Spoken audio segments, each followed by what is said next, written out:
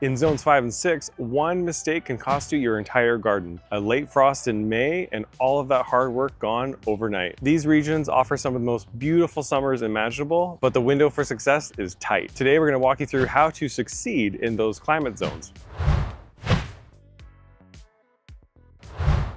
In zone 5 and 6, your sun is the most valuable resource. Unlike warmer regions, these areas very rarely worry about too much sun. The ideal garden spot must have southern exposure, receiving at least 8 to 10 hours of direct sunlight.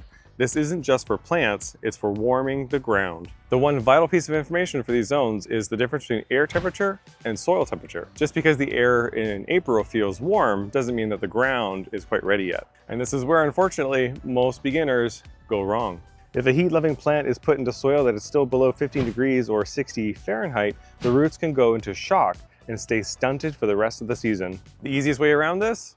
Raised beds. Because the soil is elevated, it drains better and warms up 2 to 3 weeks earlier than the surrounding ground. Another professional tips for these regions is the use of microclimates. A garden positioned near a brick wall or beside a house will stay warmer at night because those structures soak up heat during the day and radiate it back to the plants. And finally, soil preparation is key. Adding 10 centimeters or 4 inches of high quality compost every spring acts as both a nutrient boost and a thermal blanket, helping the soil retain the precious heat that it gathers during the day.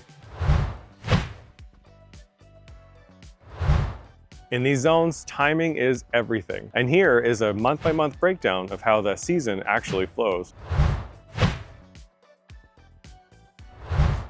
While your landscape may actually look dormant, this is a perfect time for those cold-proof crops. When the soil is no longer a frozen block, radishes, spinach, and peas can go in. These plants actually prefer the cool, damp weather of Zone 5 spring. This is also when tulips, daffodils, and crocus begin to emerge. A common beginner mistake is trying to plant those bulbs in the spring. In these zones, these bulbs are fall planted.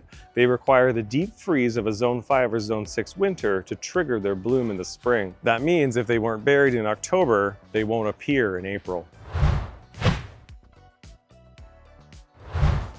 This is a critical month. The last frost date usually falls mid to late May, but that's not a guarantee. This is the month to harden off. Plants grown indoors must be brought outside for a few hours at a time to adjust to the wind and fluctuating temperatures. If a late frost is predicted, be sure to cover up. Use breathable frost blankets or old bed sheets. Never use plastic that touches the leaves, as it conducts cold and will freeze the plant tissues instantly.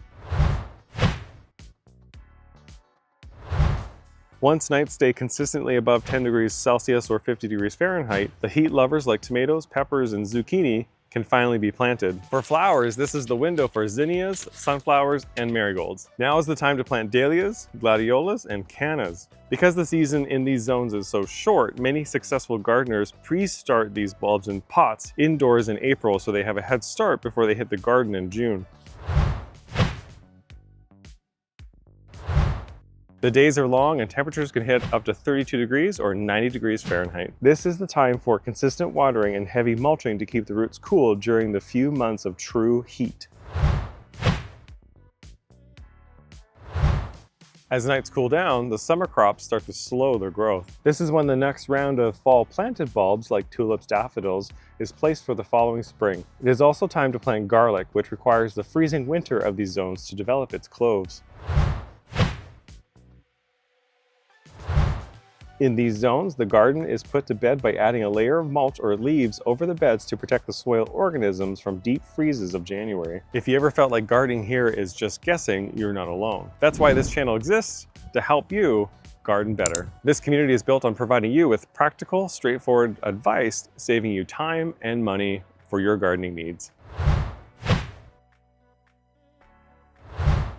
If this is your first year of gardening in these zones, be sure to choose the reliable survivors so you get the best gardening possible. For vegetables, look for early varieties. Tomatoes like Early Girl or 4th of July are specially bred to ripen in fewer days, which is essential if an early frost hits in September. For peppers, smaller varieties like jalapeno and banana pepper are much more reliable in this climate than large bell peppers. For flowers, perennials are the backbones of Zone 5 and 6. Peonies, hostas, and daylilies are virtually bulletproof and can survive temperatures as low as -30 degrees Celsius or -22 Fahrenheit during the winter.